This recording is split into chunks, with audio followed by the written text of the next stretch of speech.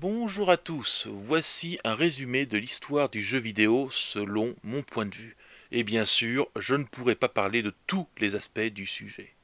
Pardon pour les éventuelles imprécisions, mais si le sujet vous intéresse vraiment, vous rechercherez sûrement. Ah ah. Le début des jeux vidéo. Les premiers jeux vidéo sont sortis entre 1950 et 1958. Il y a eu un jeu de morpion, Bertie the Brain, un jeu de simulation d'artillerie sur oscilloscope, puis, en 1958, un jeu de tennis, Tennis for Two, lui aussi sur oscilloscope, pour animer des portes ouvertes d'université. En 1972, sort Pong d'Atari Arcade, et dans la même période, la Magnavox d'Odyssey, qui était aussi un jeu de Pong. Il y aura un procès où Atari perdra, mais l'amende sera ridicule comparée aux bénéfices qu'ils se feront avec leur bande d'arcade. Elle tombe souvent en panne à cause du réservoir de pièces qui se remplit trop vite. Atari sort une des premières, voire la première console multijeux avec cartouche en 1977, l'Atari 2600. Dans les années 70, sortent des dizaines, des centaines de consoles de type Pong, parfois avec des variantes, tennis, hockey, jeux de raquettes, mais globalement, ça reste deux barres qui se renvoient un petit carré. Et là, le monde télévisuel changera à jamais. C'est une des raisons pour lesquelles le jeu vidéo a très longtemps été méprisé par la télé. Jouer aux jeux vidéo, c'était moins regarder la télé en direct avec le business des pubs, l'audimat et tout le team. Une bonne couche d'incompréhension n'a pas aidé non plus. Les futurs mastodontes, boom, déclin. Remontons un petit peu le temps. Pendant la guerre de Corée, une entreprise inconnue appelée Lemaire et Stewart importe des machines à sous, des flippers, des jukebox dans les bases militaires américaines à Hawaï, au Japon et en Corée. Les militaires sur place ont une bonne paye et peu de loisirs, alors autant qu'ils dépensent leur solde dans des jeux américains intelligents et lucratifs. En 1951 sort une loi appelée Johnson Act qui interdit la vente, la possession, modification de machines à sous ou de jeux de hasard sur le territoire américain.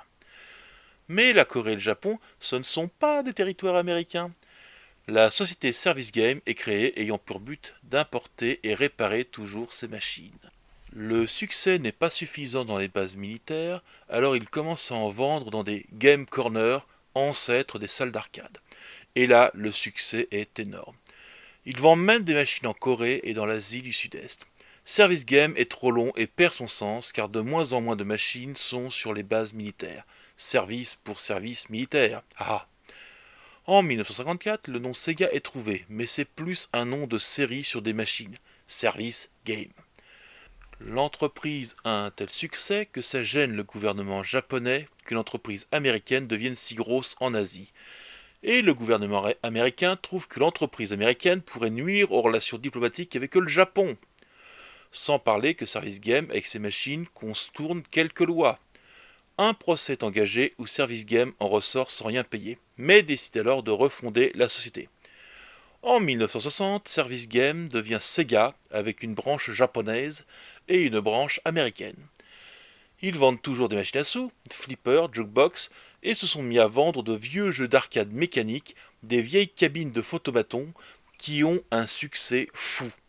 Car au Japon, sous l'occupation américaine, on a besoin de photos d'identité à présent pour tout en administratif. Ça ne cesse de grandir sans que les gouvernements ne puissent rien dire. Tellement de succès qu'ils ouvrent des salles d'arcade Sega. Ils importent de vieux jeux d'occasion avec de gros besoins en réparation, et à force de réparer, ils comprennent comment c'est fait, et remarquent que les jeux américains n'évoluent plus. Pour survivre sur le long terme, ils décident qu'ils vont créer leur propre nouveau jeu. En 1966 sort Periscope, un jeu de sous-marin, un jeu qui sera un carton au Japon, aux États-Unis et qui sera même importé en Europe, chose rare à l'époque. Ils en font d'autres qui sont aussi des succès, mais à tel point que les bornes Sega se font copier, pirater très vite alors que c'est même pas encore du jeu vidéo.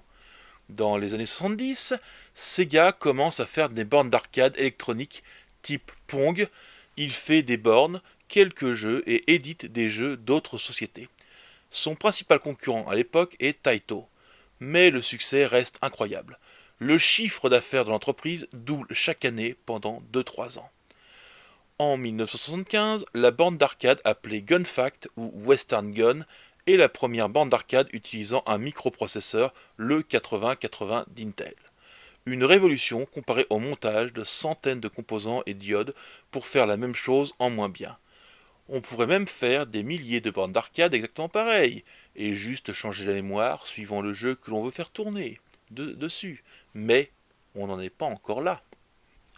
En 1977, un jeune designer inconnu est embauché par Nintendo et participera à révolutionner à tout jamais les jeux vidéo au cours de sa longue carrière.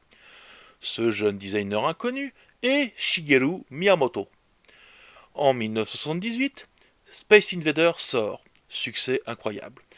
En 1980, le légendaire Pac-Man sort, provoquant une Pac-Mania similaire au Pokémon fin des années 90. Le légendaire Donkey Kong en 81 de Nintendo, qui ne fait pas encore de console, sort en arcade et sur console Atari. Vers 1980, Sega veut aller sur le marché des consoles de salon. Les bornes d'arcade se font copier assez vite. Ça devient problématique et les consoles de salon paraissent un marché prometteur. La rumeur veut que Nintendo sorte aussi une console.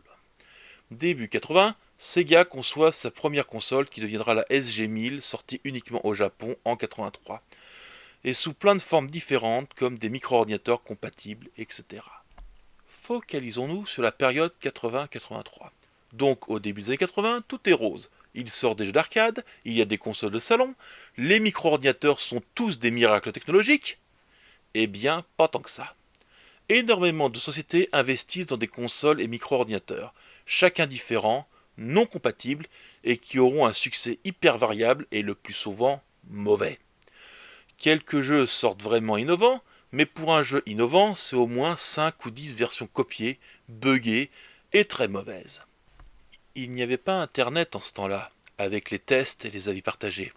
Les tests dans les magazines de jeux vidéo, c'est 2-3 images du jeu, qui font rêver, qui doivent faire rêver. Et il n'existait pas de chaîne spécialisée dans les jeux vidéo. Au mieux, on avait 1 ou 2 émissions par an sur le sujet, à l'approche des fêtes. Et c'était des journalistes qui ne savaient pas forcément de quoi ils parlaient. On en trouve encore à notre époque. Imaginez aujourd'hui que l'on ait des consoles Xbox, PlayStation, Sega, Mattel, Atari, AMD, Apple, IBM, pas du tout compatibles entre elles, et avec 1 ou 2 jeux qui valent le coup par machine, et le reste est pourri. Pareil avec les ordinateurs, avec une dizaine de marques d'ordi à prix différents, avec leurs propres systèmes et accessoires. Tout le monde investit dans le jeu vidéo sans faire gaffe à la qualité, et finalement ne retombe pas du tout sur leurs pattes financièrement. La goutte d'eau qui a fait déborder le vase en Amérique est le fameux jeu E.T. tiré du film du même nom sorti fin 82. Il a été fait en quelques semaines, et on ne peut pas faire de miracle en quelques semaines. Très mis en avant, très mauvais, très grand nombre de cartouches sorties, un vrai bide. Finalement, ce n'est pas une légende, des palettes entières du jeu seront enterrées dans le désert, puis retrouvées quelques années plus tard. La crise fut relativement brusque aux États-Unis, mais beaucoup plus progressive au Japon. L'Europe est un marché de niche, et en plus l'Europe investit plutôt dans les ordinateurs personnels. La crise du jeu vidéo, on ne l'a quasiment pas ressenti. Pas d'innovation, pas de jeu de qualité, les consommateurs n'ont plus confiance. Le jeu vidéo n'aura-t-il été qu'une mode qui va disparaître aussi vite qu'elle a été parue? Ah ah, suspense.